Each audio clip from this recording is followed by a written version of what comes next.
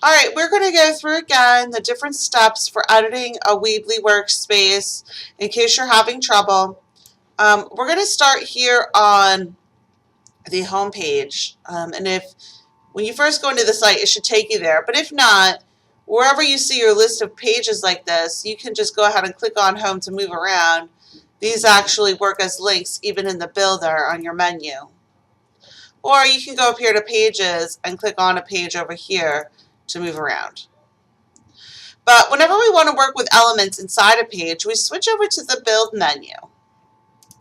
On the build menu, you'll be able to drag and drop elements out. Now, you might already have some stuff on the page. Remember, these little X's will remove a block from the page so that you can clean up the space.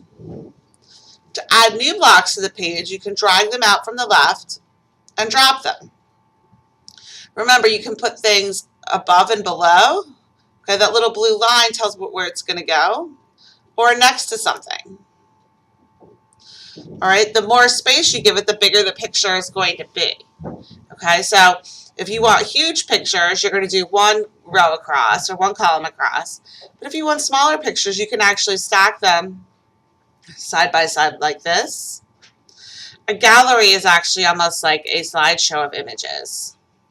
All right, that you can upload multiple images into and it'll run through them with small pictures. Here they actually have a slideshow where you can kind of give different choices to how do you want your pictures to look. All right, so those are some of the different image choices over here. But mainly you're going to be taking out titles and text, and you're going to be able to erase anything you don't need. I'll also mention they have these things called spacers. If you need extra space for a picture for some reason because of the backgrounds in the way, you can add spacers. It'll kind of just give you a little extra room to play with. And these, you guys can drag these around any way you want on the page to organize. That's what this little blue bar is for dragging images around, or text around for that matter. Don't forget you have your full range of text effects here. Okay, you can change the color here. You can change the centering, the size. Okay, you guys get the idea. All right.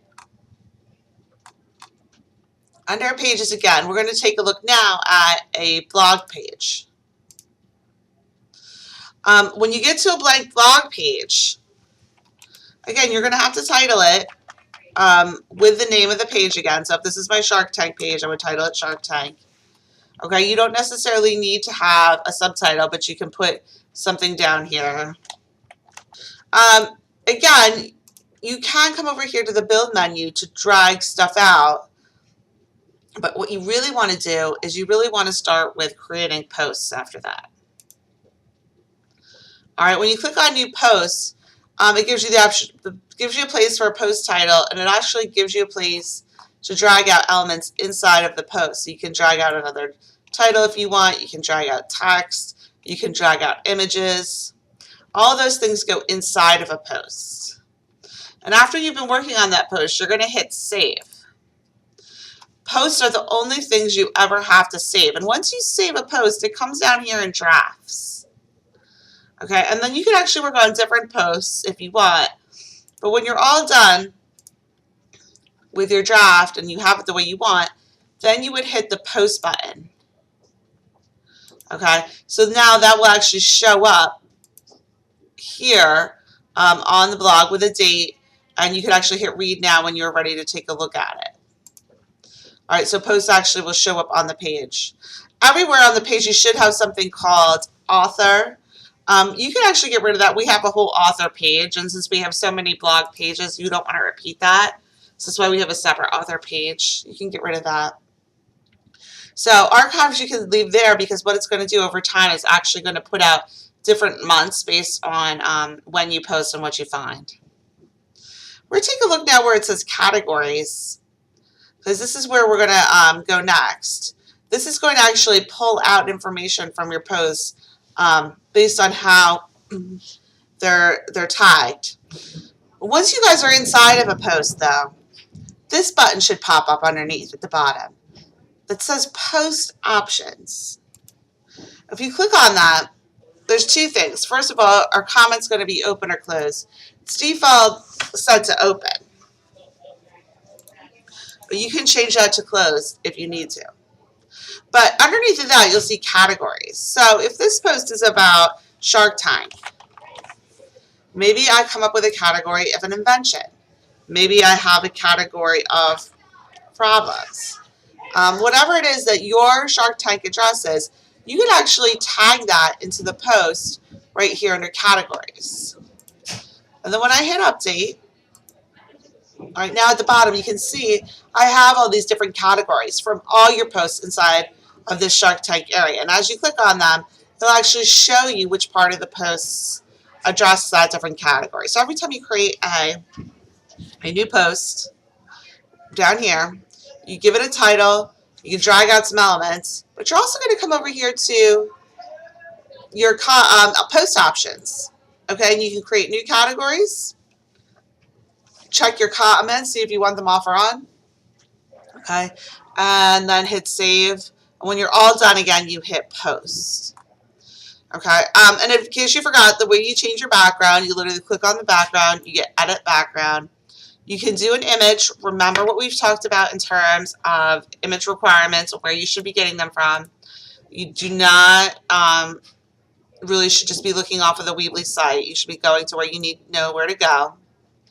Other options, just so you guys can see, you can do full colors or gradients. Okay, videos is premium. We're not paying for that.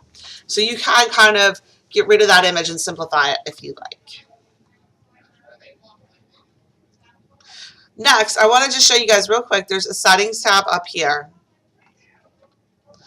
A settings tag at the top will give you even more information about your site, and it'll give you more information to look at.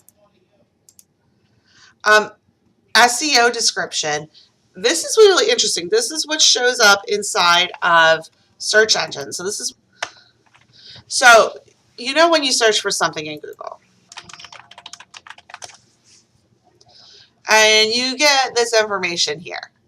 Is they're really pulling this from this section here, the site description.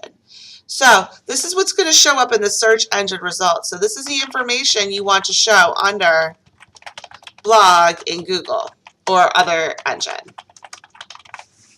The meta keywords are things that you can search for to find your site.